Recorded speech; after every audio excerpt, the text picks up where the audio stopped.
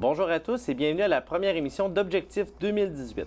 Aujourd'hui, nous recevons Mme Suzanne Lacombe, directrice générale de la Chambre de commerce et d'industrie de Thetford-Mines.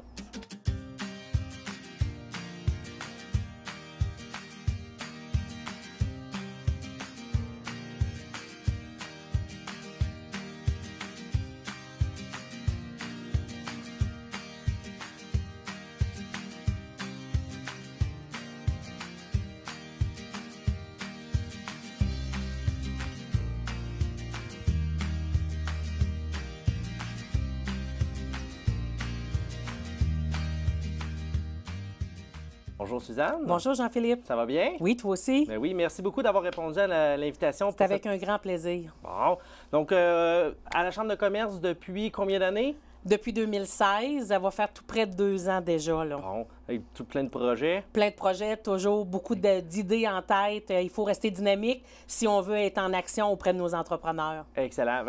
Aujourd'hui, on va parler d'environ 4 sujets là, pour la Chambre de commerce qui s'en viennent, qui sont en train de se travailler toujours là, pour l'industrie puis pour la ville de Thetford et plus encore.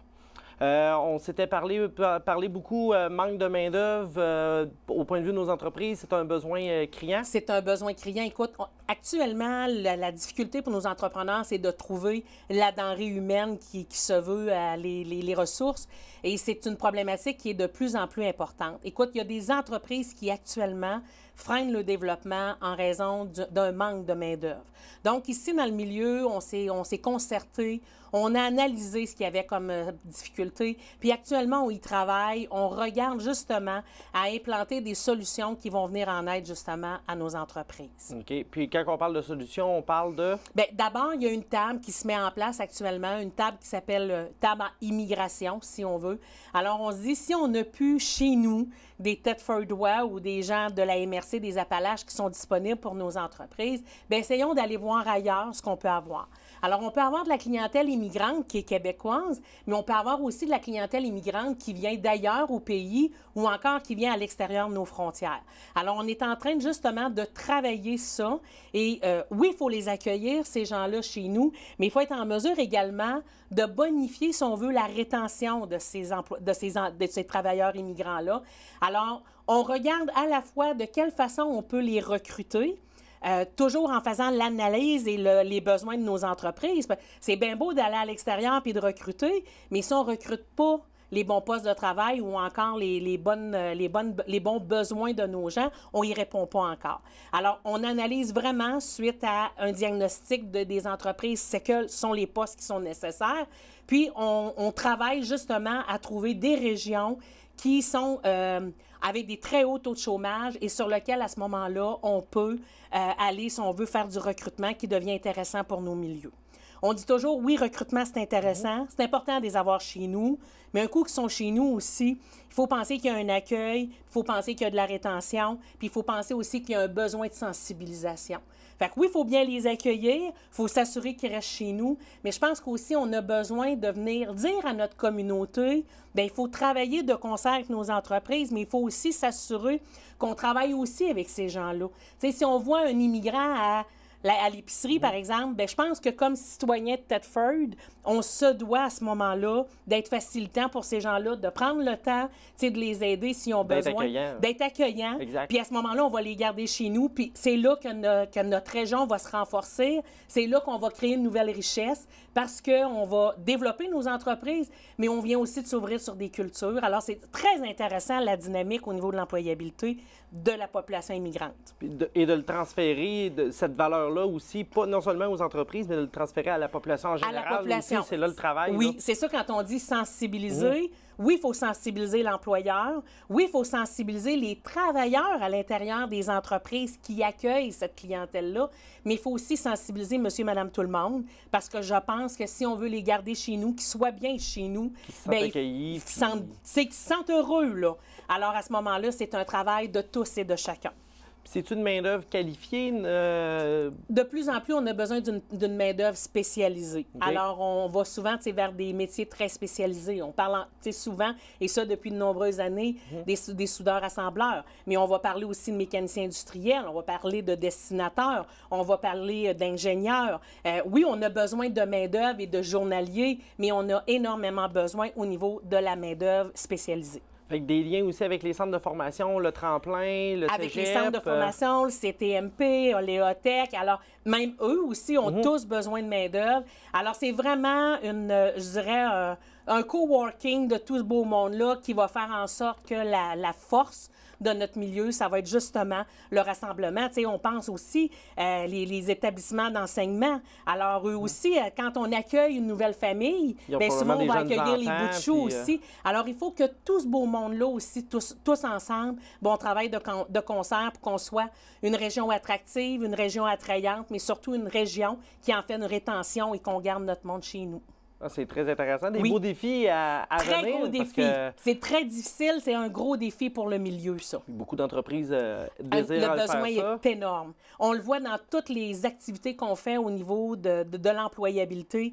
De plus en plus, on a des participants que d'année en année, on est surpris de voir à l'intérieur des salons d'emploi, puis qu'on se dit, la problématique n'est plus juste dans la très grande entreprise, elle est partout. Partout. Puis au point de vue de faire venir les immigrés, on va parler plus de la clientèle immigrante, des fois c'est un petit peu compliqué avec les visas, les papiers, les ci, les ça. Est-ce que la Chambre de commerce aide directement les employeurs ou on n'aide pas nécessairement? On est plus, nous, si on veut, on va être un facilitant, mais c'est pas nous qui va aller, disons, aider les entreprises à compléter les formulaires requis. Ça, il y a des gens qui le font et qui le font bien, on leur laisse ça. Mais, tu sais, on va être un facilitant, on va être aussi souvent une courroie de transmission. Alors là, à ce moment-là, on devient un joueur dans toute cette dynamique-là. Et on travaille aussi avec les entreprises, justement, pour trouver toujours les meilleures solutions. Bien, je pense que c'est ça qu'il faut parce que le développement économique va passer bien évidemment par là. Exactement. Excellent. Et parlant de développement économique, on a aussi beaucoup d'entrepreneurs qui se lancent en affaires. C'est une ville très dynamique au point de vue de l'entrepreneuriat.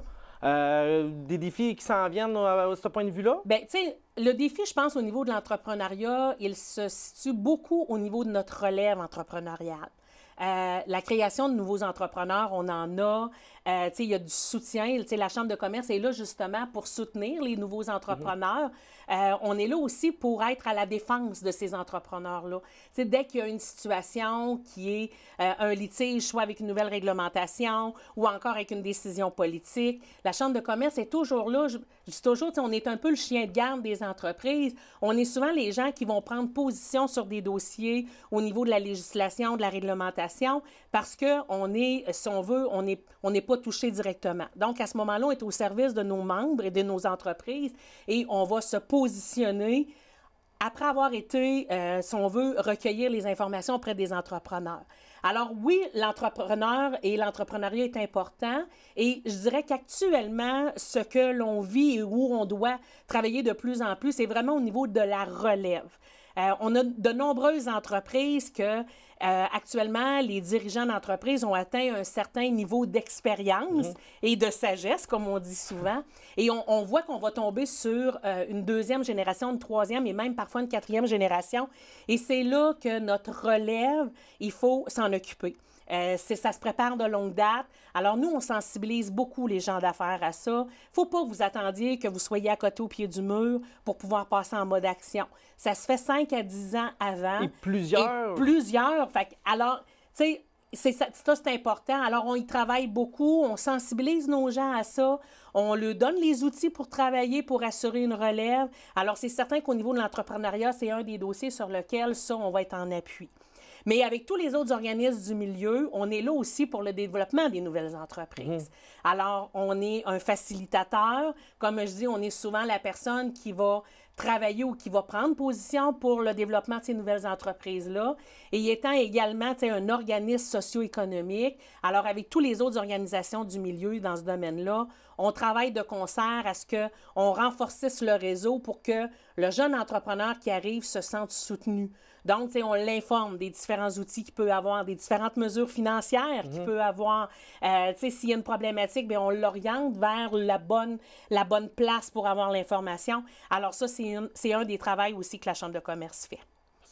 Et on a aussi, dans l'entrepreneuriat, on se doit d'être un facilitateur au niveau de l'information. Donc, à la Chambre de commerce, étant donné qu'une chambre, c'est souvent un organisme de réseautage et d'information, alors nous, on s'assure que tout ce qui est nouveauté à ce moment-là, soit par le biais d'un déjeuner-conférence, soit par biais d'une capsule web, soit par de l'information en 5 à 7 ou des choses comme ça, on tend à informer les gens, à rendre l'information accessible par la présence des différentes organisations et c'est à ce moment-là, on délivre l'information. Fait un gros carrefour d'informations qui se passe à la Chambre de commerce. Bien, on est là pour justement faciliter, si on veut, le développement des entreprises. Donc, c'est certain qu'on essaie d'être à l'affût, de faire de la veille et de pouvoir transmettre à ce moment-là les nouveautés aux gens d'affaires. Bien, c'est super. En même temps, bien, je pense que pour les entrepreneurs, bien, c'est un essentiel d'être membre de la Chambre de commerce parce que c'est un bon vouloir des entrepreneurs d'être... Bien, de toute façon, dès que tu es membre d'une chambre, c'est certain qu'à ce moment-là, tu as accès à un réseau. Tu sais, juste sur le territoire de la ville, ici, c'est 375 entreprises qui sont membres de la Chambre.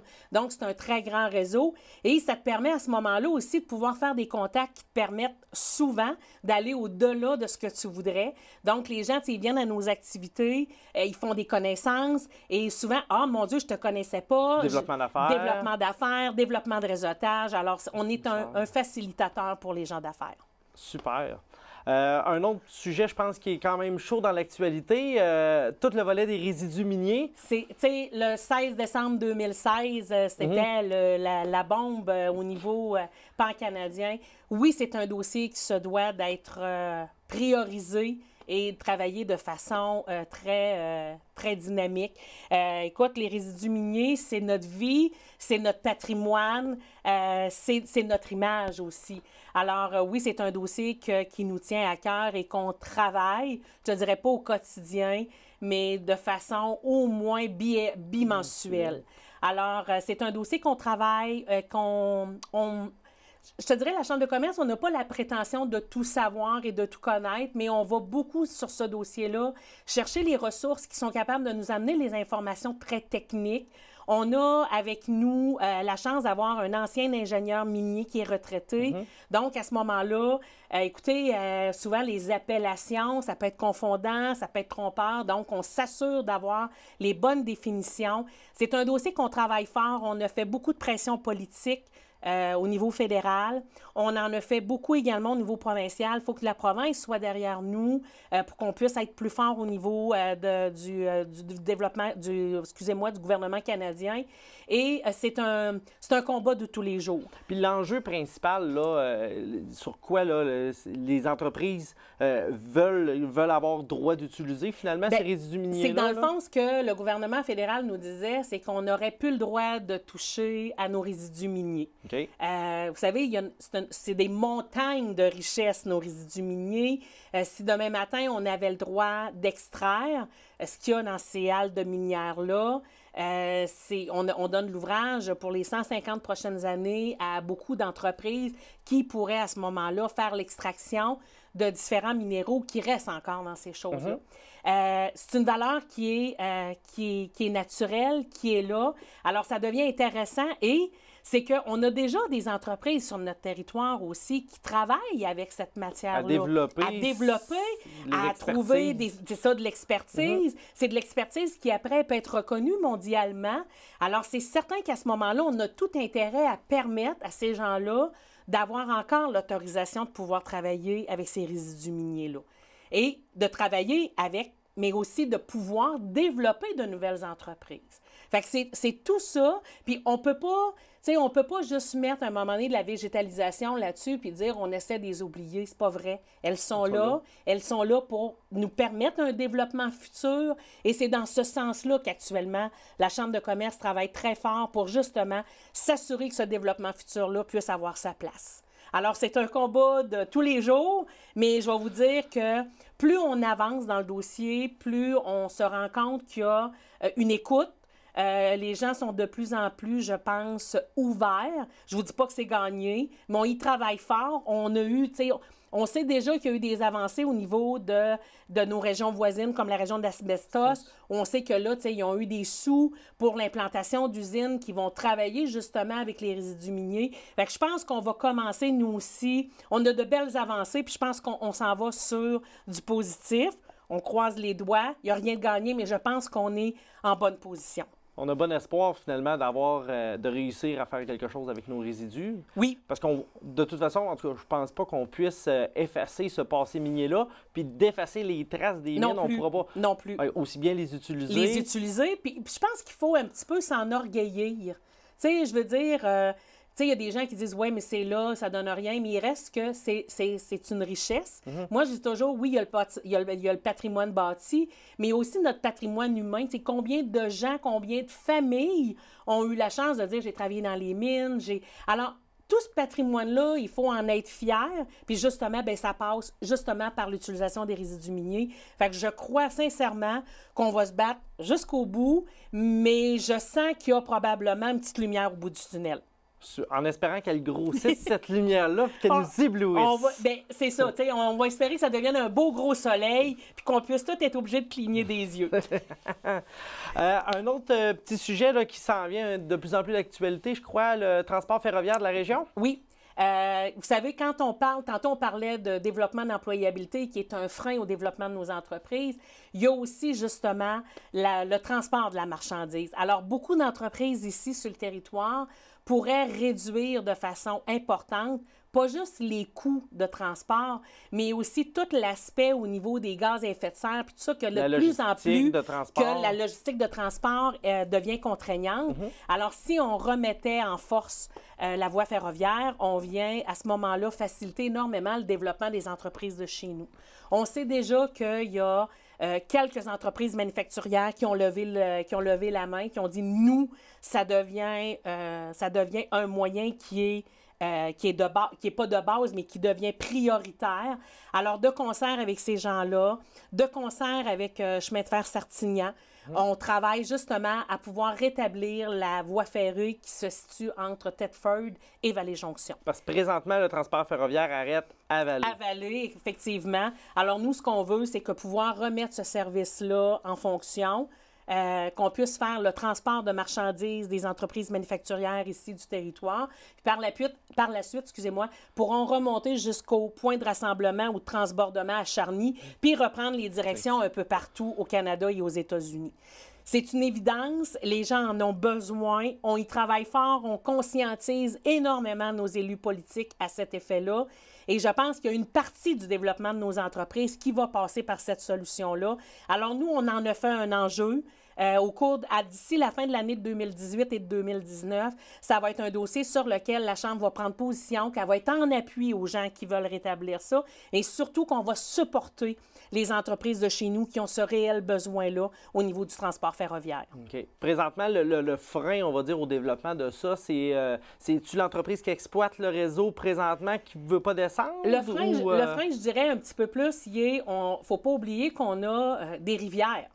Oui. Alors, vous savez, de remettre en force des infrastructures, des ponts, excusez l'expression, mais des calvettes, tout ce qu'on voudra. Alors, c'est un coût qui est quand même très élevé au niveau de la remise en service de la voie ferrée. Alors, mais je pense que notre enjeu majeur est de réussir à traverser la rivière à Vallée quand on arrive, nous, d'ici de Thetford, pouvoir aller emprunter de l'autre côté de la rivière. Et je pense que l'enjeu se situe à ce niveau-là. Quand on aura gagné ça, je pense que le restant pour la suite sera facile de débloquer les sommes nécessaires puis de pouvoir rétablir l'ensemble du réseau routier, pas du réseau routier, mais du réseau ferroviaire jusqu'à Thetford. Fait qu'avant de dire qu'on construit un pont, il faut aussi prouver qu'il y a un besoin, bien, sûrement que le besoin est là. Le besoin est fait, les études ont été faites, OK. les études ont été déposées auprès du ministère des Transports. On sait déjà que si on remettait en vie la voie ferroviaire, on a un besoin de temps de débit journalier. Oui. Ça, on l'a, on le possède. OK. On sait déjà quelle entreprise a tant de wagons, disons, par semaine à expédier. Ces données-là, on les connaît. Puis je vous dirais que même depuis, disons, l'étude a, disons, 12 mois, ça va déjà en augmentant. Si on actualisait aujourd'hui les chiffres, déjà, on dépasse de façon positive encore ces données-là. Donc ça, c'est connu. Le ministère est très conscient du besoin pour le développement des entreprises de chez nous. Je vous dirais que les avancées se font bien aussi dans ce dossier-là. Malheureusement, bon, on connaît hein, l'automne 2018, il y a toujours des élections. Alors, c'est certain que là, il y a une petite latence, mais on verra à ce moment-là avec le nouveau gouvernement. Mais je pense que ça va être un dossier qui, en 2019, vous allez entendre parler énormément. On a hâte d'avoir des suites. Nous aussi. Ça pourrait être intéressant de revoir un train passer Ce que l'on dans la souhaite, ville. c'est que tout le monde embarque dans le train. Il nous reste encore quelques petites minutes. Peut-être parler des jeunes de volet jeunesse de la Chambre de commerce? Bien, chez nous, mais je vous dirais que c'est une volonté du milieu actuellement, hein, c'est de dire il faut que nos jeunes chez nous se sentent bien. Alors, nous, d'abord, ce qu'on a fait, c'est qu'on donne une priorité à nos jeunes au niveau de notre conseil d'administration. On a un siège jeunesse et même si le siège jeunesse est occupé, on essaie d'avoir beaucoup d'administrateurs qui sont jeunes, qui amènent de nouvelles idées, qui amènent des nouvelles solutions. Alors ça, nous, on en a fait une priorité. Mais ce qu'on veut surtout, c'est donner une voix prépondérante à notre jeunesse. Vous savez, la jeunesse, c'est riche, c'est vif, c'est dans l'action. Alors, pour nous, ça devient une priorité chez nous que d'avoir la jeunesse. Alors, d'ici la période des fêtes, on va annoncer le retour en force d'une section où on va donner une priorisation à la jeunesse, où on va donner un pouvoir de liberté de parole à cette jeunesse-là, où on va venir travailler avec la jeunesse, où on va venir l'écouter surtout, et où on va lui donner soit l'information, les formations ou des solutions qu'ils ont besoin pour être encore plus actifs dans notre milieu. Okay. Alors, actuellement, il y a un comité jeune qui s'est mis en place où, avec différents jeunes, tant au niveau industriel, commercial, au niveau des services professionnels, au niveau du commerce de détail, où on est allé chercher des jeunes, des bons porteurs de ballons qui vont pouvoir être de bons agents communicateurs après au niveau des entreprises du milieu et on va donner une place importante à notre jeunesse en 2019. Alors, on va revenir en force. Il va y avoir des activités importantes avec ces jeunes-là. On va faire des activités pour eux, mais on va aussi s'assurer d'amener cette jeunesse-là avec déjà le réseau de la Chambre de commerce qu'on connaît, qui est souvent un réseau qui a un petit peu plus d'âge, un peu. On veut vraiment les intégrer, ces jeunes-là. On veut qu'ils soient bien chez nous. On veut qu'ils développent avec nous. On veut les écouter, mais on veut aussi leur donner un droit de parole. Alors, on est en préparation. Je vous dirais que d'ici la fin de 2018, on va faire l'annonce. 2019, les jeunes, vous allez avoir votre place, croyez-moi. Parfait. Ça va s'adresser aux jeunes aux propriétaires d'entreprises? Ça s'adresse tant aux jeunes entrepreneurs qu'aux jeunes cadres en affaires, okay. Qu'aux jeunes décideurs dans les entreprises. Tu peux être un décideur, mais pas nécessairement être un actionnaire. Donc, c'est tout ça. C'est certain que nous, on y va plus avec le volet entrepreneuriat. Alors, on touche vraiment, mais écoutez, il y a un jeune travailleur d'usine qui veut s'intégrer à nous puis qui a des bonnes idées, on ne le tassera pas, là. Okay. On a un jeune qui est dans le développement communautaire qui veut venir, on ne le tassera pas non plus. Tous les jeunes vont avoir leur place. Mais c'est certain que d'abord, on touche le volet entrepreneurial. Donc, c'est soit le jeune entrepreneur, soit le jeune décideur ou encore le jeune cadre dans l'entreprise qui va avoir une place prépondérante à cette table-là et sur ce comité-là qui va découler vers des actions dans la clientèle jeunesse. OK. Des actions, on parle de projets, d'événements? Projets, événements, réseautage, formation. Alors, c'est dans tout ça un peu que ça va bouger. Ça va bouger avec ça. Fait que plusieurs dossiers... Va falloir que j'apprenne à cacher mes cheveux blancs. C'est ça, ça doit amener quand même pas mal de cheveux blancs au travers de... Non, malgré tout, je vous dirais que c'est ressourçant d'avoir cette clientèle-là auprès de nous. Alors, tu sais, moi, je dis toujours, quand on a une rencontre préparatoire à tout ça, je dis toujours, bon, ben la vieille est là, tu sais. Mais non, c'est énergisant, c'est ressourçant, c'est surtout valorisant, parce que de voir tout ce qui émane de cette belle jeunesse-là, on a une jeunesse qui est incroyable. Il faut juste savoir lui donner la tribune qu'elle a besoin. Puis je pense que c'est ça qu'on va faire avec la remise à niveau. Je ne vous donne pas le nom encore. Non, mais on va la changer. C'est la vieille Elle Jeunesse. C'est la vieille Elle Jeunesse de la Chambre qui va redevenir très, très dynamique. Ça fait combien de... Depuis 2013 à peu près qu'elle était... si on veut, en latence ou en veille. Elle est endormie un petit peu dans sa chambre. Mais écoutez, là, on va la faire revivre. On sort les oreillers, on sort les jeunes. Écoutez, ils vont prendre une place qui va être importante. Puis c'est surtout une place qui leur revient. Oui, parfait. Bien, je pense que pour justement soutenir ça, puis avec le projet de relève qu'on parlait plus tôt en effectivement, la relève, bien aussi avec l'employabilité. Si on donne une place à nos jeunes, on va donner le goût à d'autres jeunes de revenir dans le coin. On va peut-être essayer de contrer notre problème d'employabilité. Par le fait même, on va probablement trouver de la relève d'entreprise. Je pense que c'est une belle roue qui va s'amalgamer auprès d'un PAC. Ça va être une roue d'engrenage qui va tourner après ça sur tous les autres dossiers. Qui va amener plein d'autres projets. Oui, effectivement. Bien, parfait. Donc, c'est ce qui va mettre fin à notre première entrevue. Merci beaucoup, Suzanne. Ça m'a fait plaisir, Jean-Philippe. Ça fait un plaisir de vous parler aujourd'hui, puis surtout d'en apprendre plus sur des dossiers de la Chambre de commerce que des fois, on ne prend pas le temps de s'arrêter puis de prendre un petit temps dessus. Donc, de faire le tour comme ça, c'est toujours bien agréable. Merci. Merci à tous. On se retrouve pour une autre émission bientôt.